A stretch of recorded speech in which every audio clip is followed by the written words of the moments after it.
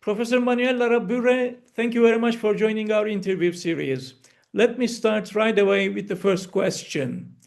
Chile's first round of presidential elections on November 16, 2025, produced an extreme right versus communist runoff, unprecedented since the transition to democracy. How do you interpret this sharp ideological bifurcation in light of your work on the fragmentation of both left and right coalitions in Latin America? Yes, this is a very interesting question, and indeed there is a bifurcation, a gap, right, between the Communist Party, the Communist candidate, Jeannette Jara, and the right-wing candidate, right? And that's true. There is a gap between them, right? But I think we need to unpack some assumptions here because we can easily get into narratives that I think are not quite accurate. So let me start with the Communist Party first, and then I'll talk about the right wing. Um, the Communist Party has a very long tradition in Chile. It's in fact the oldest communist party in the whole region. It is very well established, very well institutionalized, and it has very long-standing practices. However, it has gone through various changes throughout the decades.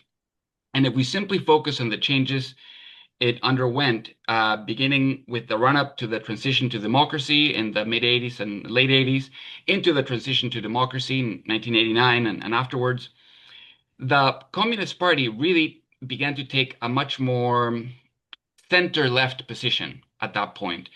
And it developed either direct or indirect alliances with what became the center-left governing coalition at the time, the Concertación. You might recall it was led at that time by Michelle Bachelet, Eduardo Frei, as well. These are some of the key leaders of that coalition. And the Communist Party pretty much supported that center-left coalition, which of course brought us the kind of neoliberalism that we have seen grow in Chile since those decades.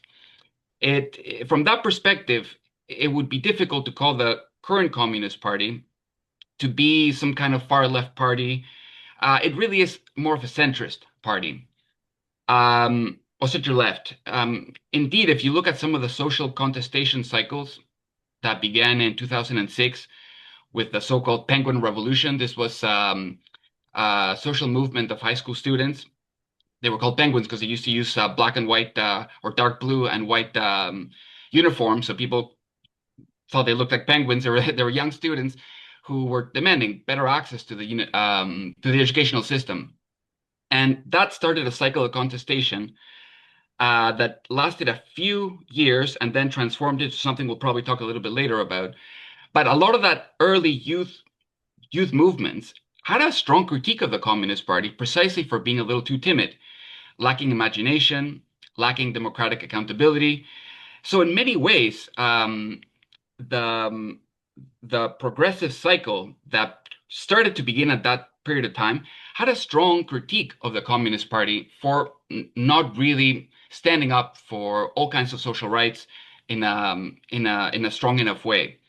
So that's the Communist Party. So we shouldn't think of it as some kind of far left party. Far from it. Far from it. It can be very timid and in some cases even quite conservative in some respects.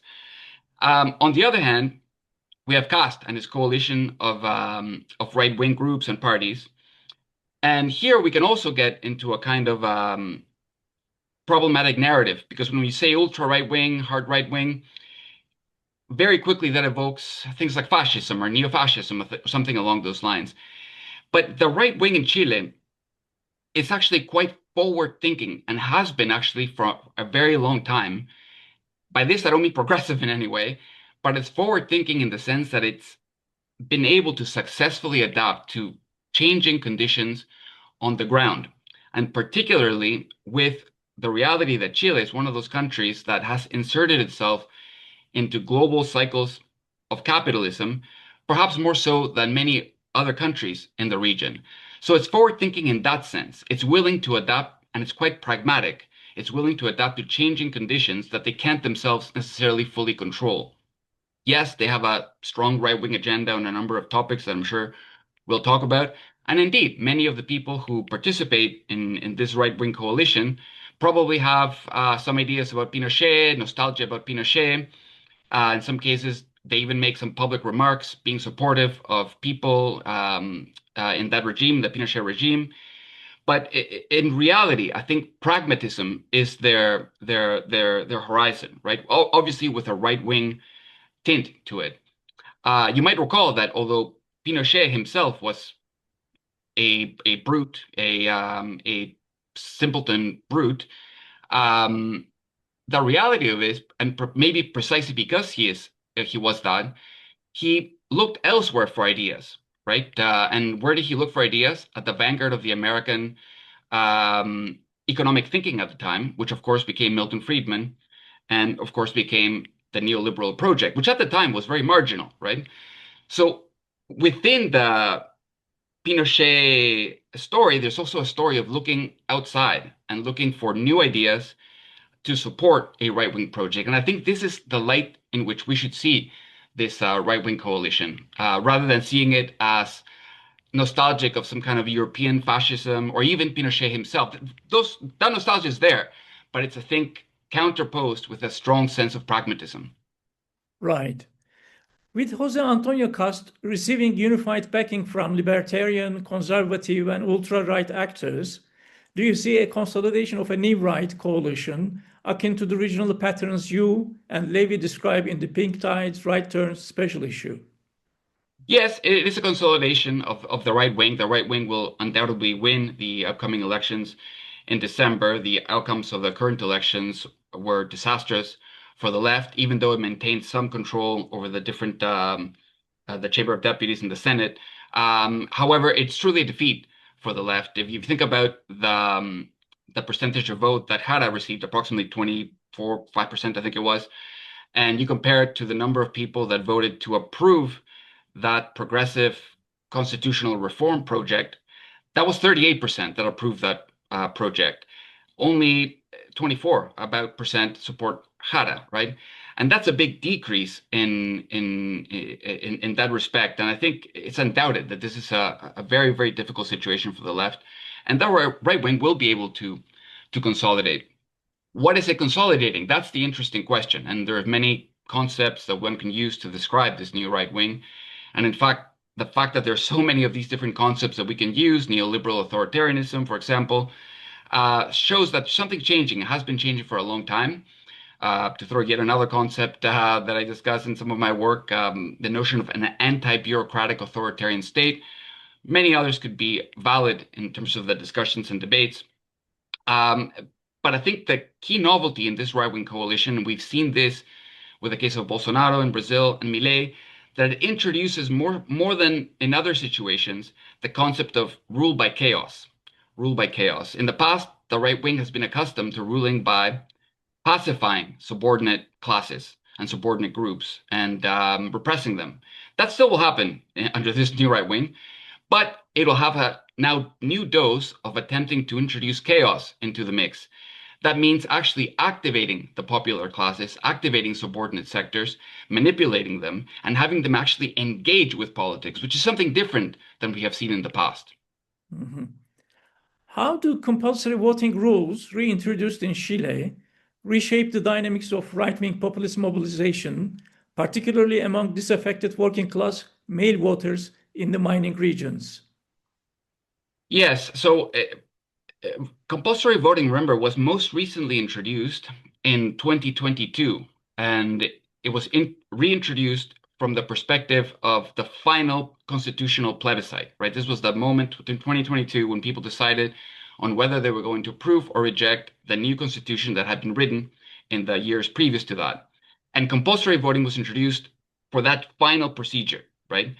It turned out to be a big, big mistake, and it surprised everybody. And most people attribute a lot of the reasons why the constitutional process was not successful to this compulsory voting. Just an interesting kind of backstory to this. It's kind of hard to know who introduced it exactly. Some people will say, well, it's actually Boric himself who introduced it, thinking they were in a strong position at the time, and that introducing it would mean a resounding success for the plebiscite vote in 2022. Others, depending on who you talk to, others will tell you, well, it was actually introduced by somebody in the right wing as part of a negotiation with Boris, and Boris went ahead with it naively, thinking that it would work. Absolutely turned out working in favor of the right wing because it forced people to vote on this document that really had very little connection to the constituent process itself, knew very little about the content of the document in the first place, and were very alienated from the whole process, and had a kind of instinct to vote against it rather than in favor. And that will continue. Compulsory voting in the context of social media, in the context of manipulation campaigns of all kinds, actually benefits, in this case, the right wing. Right. Crime and immigration have eclipsed social rights and constitutional reform as the dominant electoral issues. What does this shift tell us about the vulnerabilities of post-neoliberal political projects in the face of moral panics and securitized narratives? I think it tells us about some of the challenges that progressive movements have had about these issues, right? If there's a moral panic about immigration, the best the left has been able to do is cry xenophobia, which of course is right. But this kind of moralistic approach is not enough, right? There are other dimensions to this that need to be discussed and addressed by the left, just psychological dimensions, emotional dimensions, and it's not as easy as simply saying, well, it's just wrong. There has to be some other kind of response to that.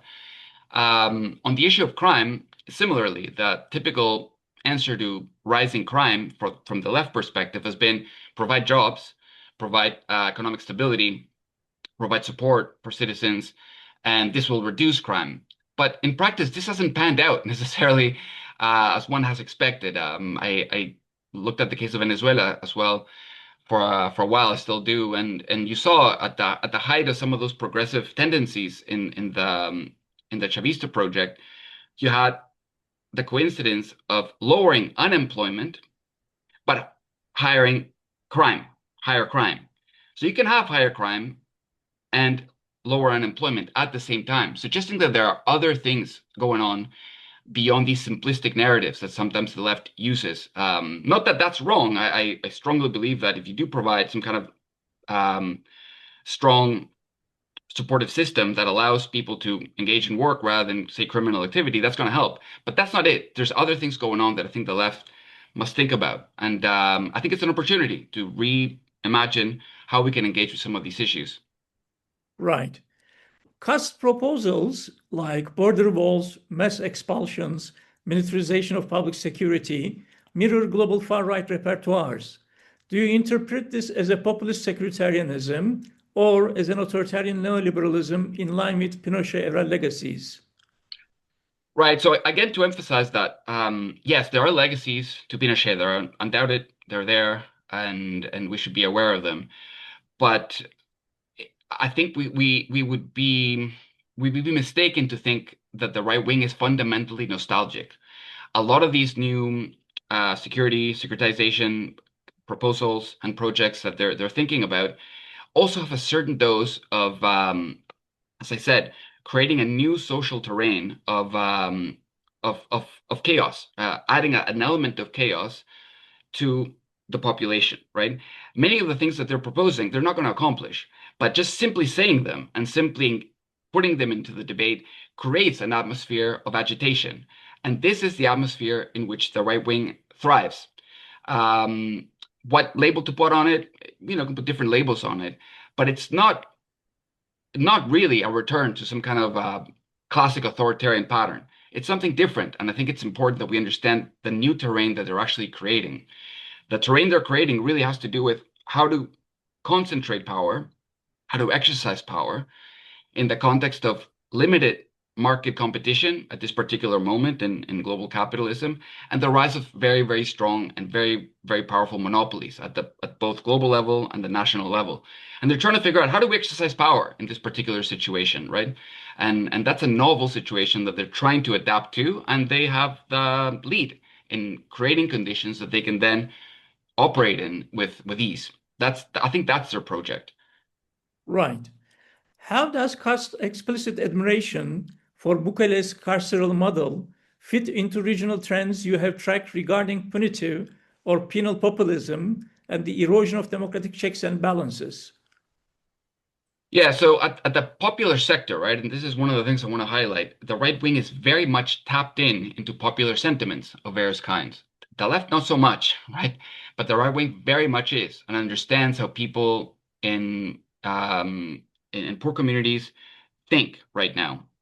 Though if you're a working class Chilean or maybe have a precarious job or low income person in Chile, you're dealing with already difficulties with making a living. You're highly indebted. That's been one of the features of the center left, actually, that brought in high levels of indebtedness to broad sectors of the population. That was a center left invention, not a right wing invention. And so you're in debt. You have trouble finding a job. Your job is precarious, and on top of that, you're getting mugged left, right, and center, right, in your community. And what they hear from the center left is, well, we need a democracy, checks and balances, human rights.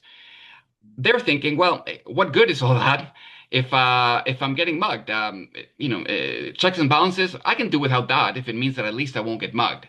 And the right wing is tapping into this notion, right? That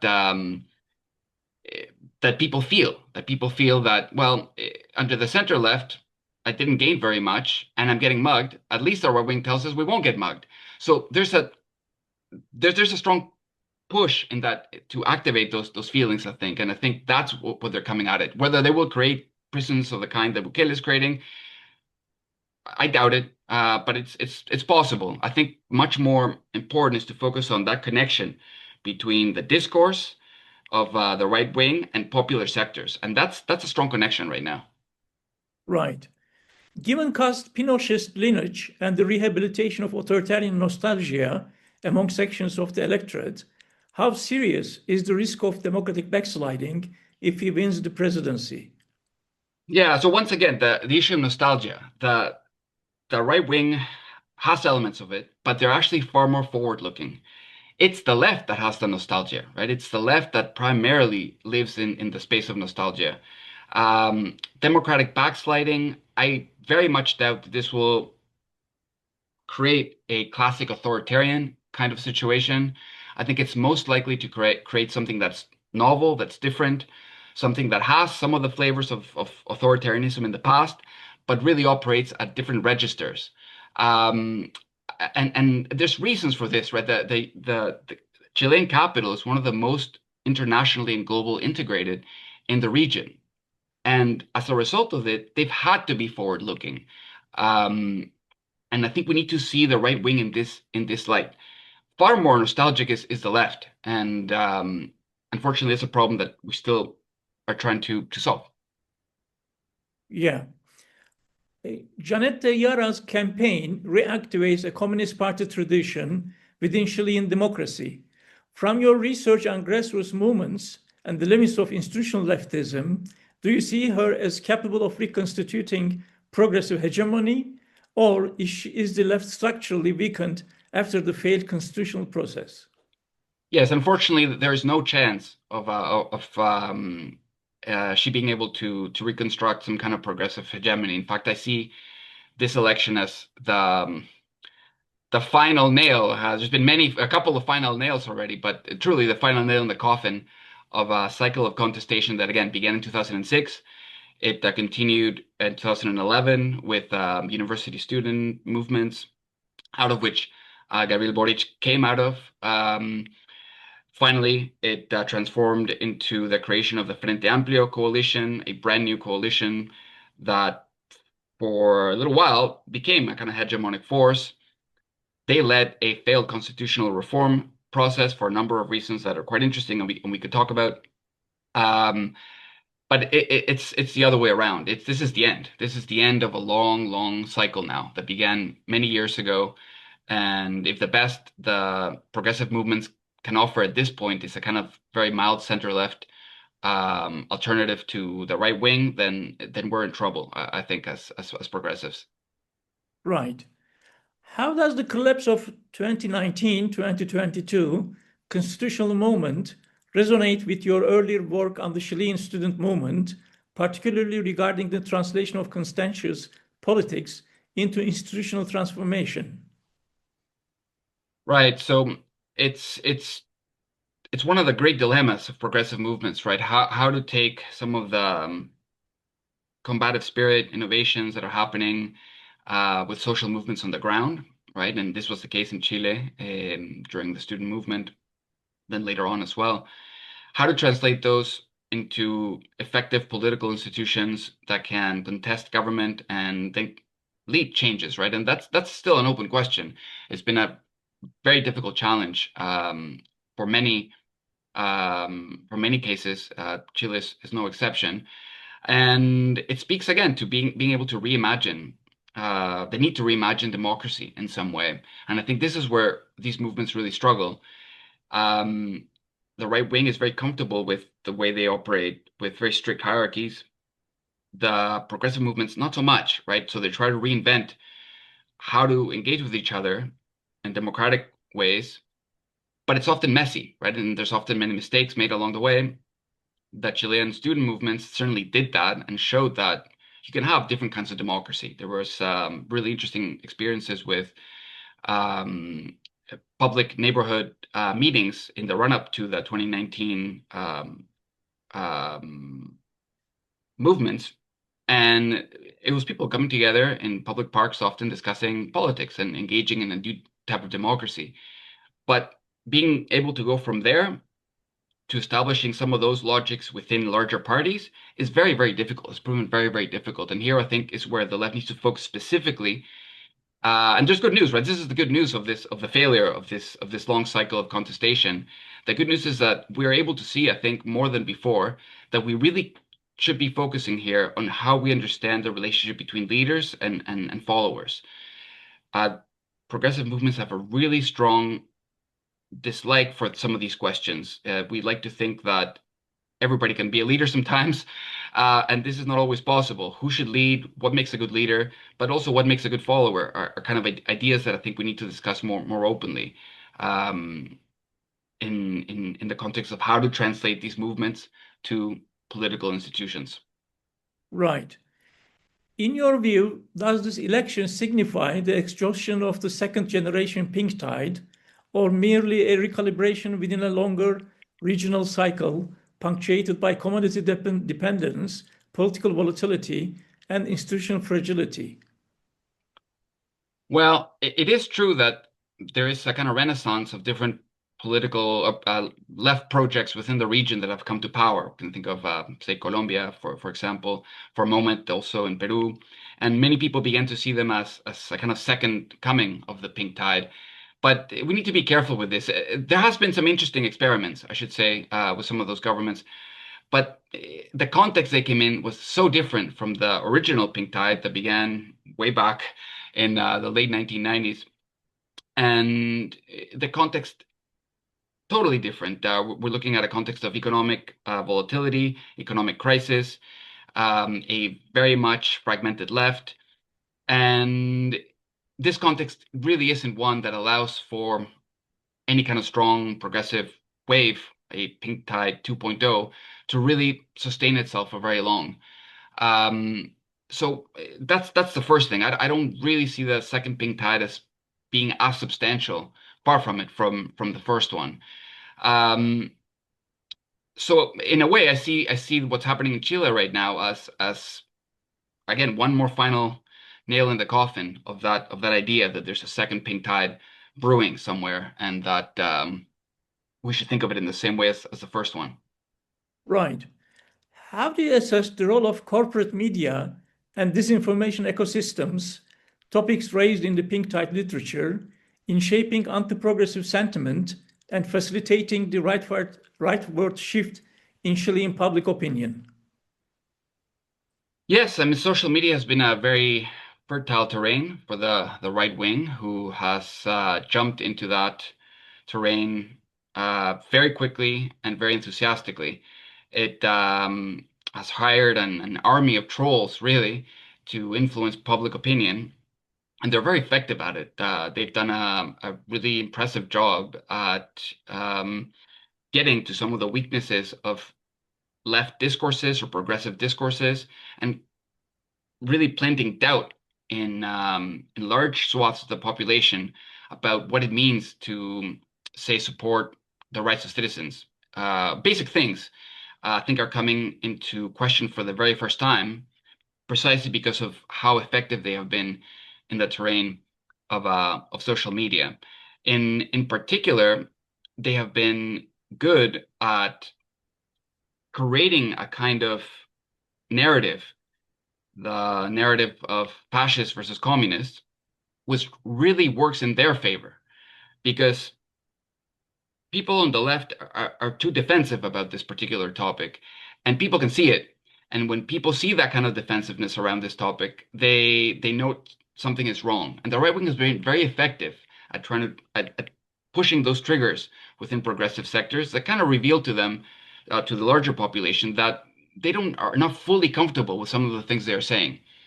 And this has been the job of the right wing to seek doubt, to plant doubt, to create a kind of atmosphere of general misinformation and chaos, communicational chaos and informational chaos, in which they can then operate with much ease.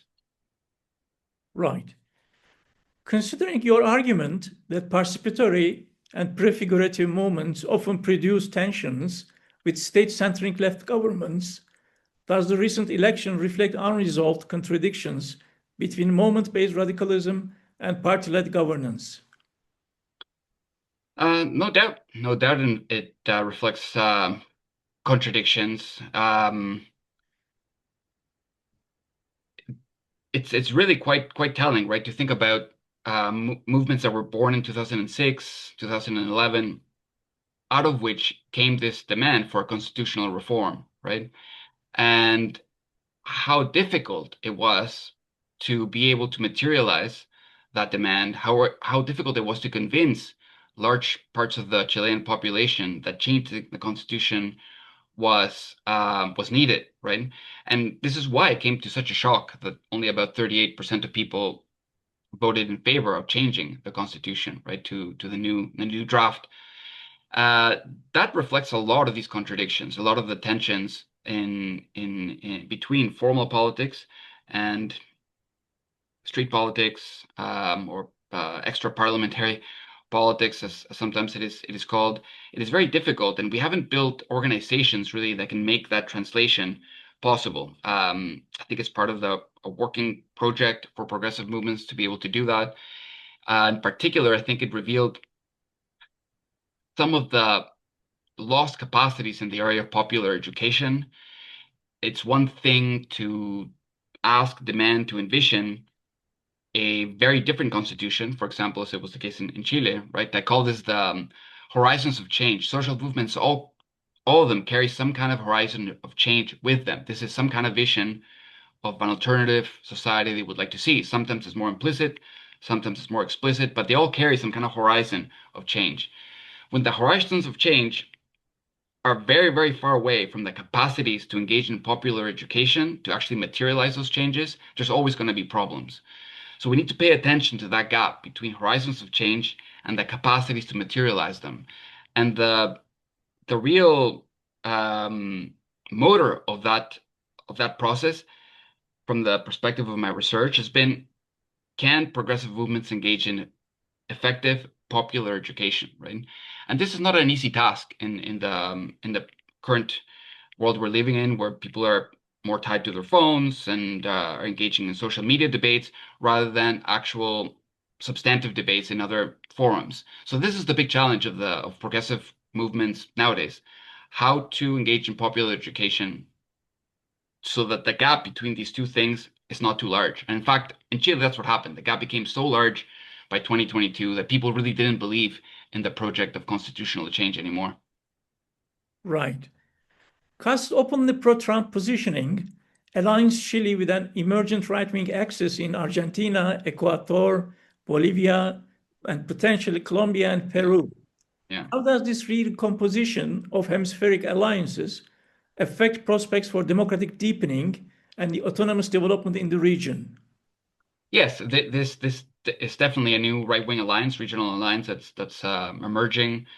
Democracy will take a toll without a doubt, because they what they're trying to do is actually not destroy democracy. This is very important. They're trying to reinvent democracy, something the left should be doing, by the way, but it has trouble doing so.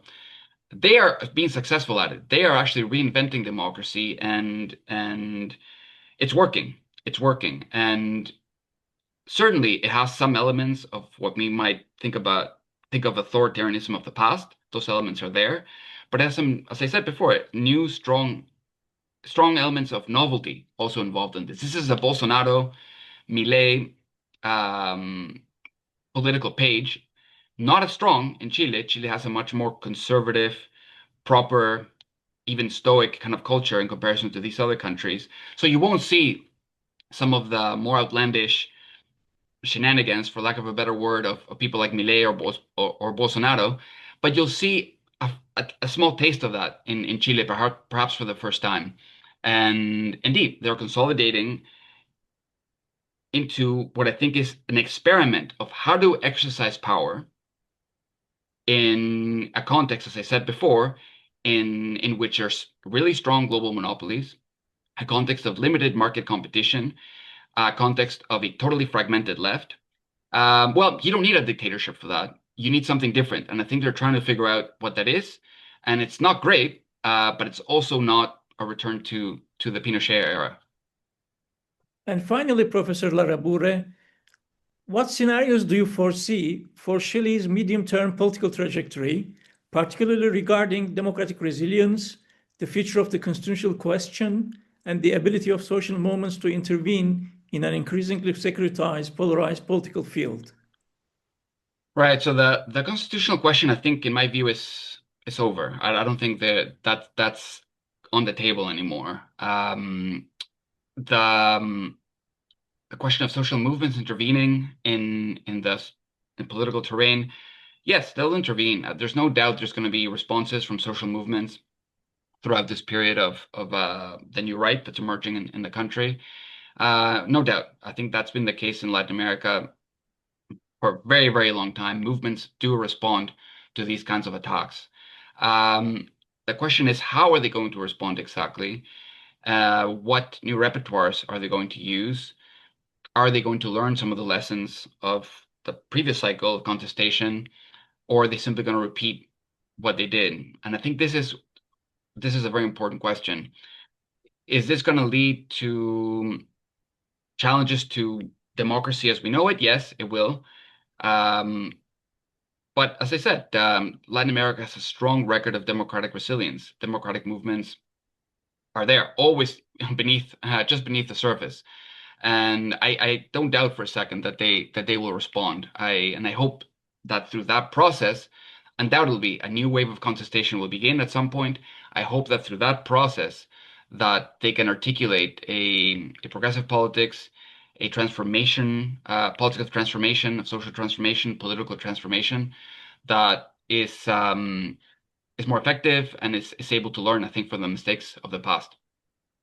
Professor Manuel Larrabure, thank you so much for your time. Appreciate it. Thank you very much.